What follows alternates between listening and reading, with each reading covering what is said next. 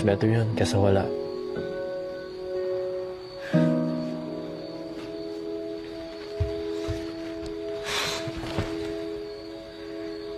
Mahina mo eh. Diretsuhin mo ako. Wala na akong magulang, Luna. 10 years na. Ate at kuya ko, may kanyang-kanyang buhay.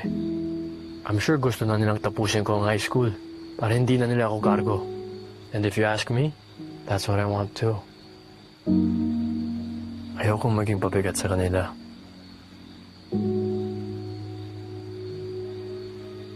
You know why I despise going home? Because that's what I feel like whenever I'm home. A burden. Ikaw na lang ang dahilan, ba't di ko ramdam na mag-isa ako? At isusugal ko ba yun? By demanding more from you?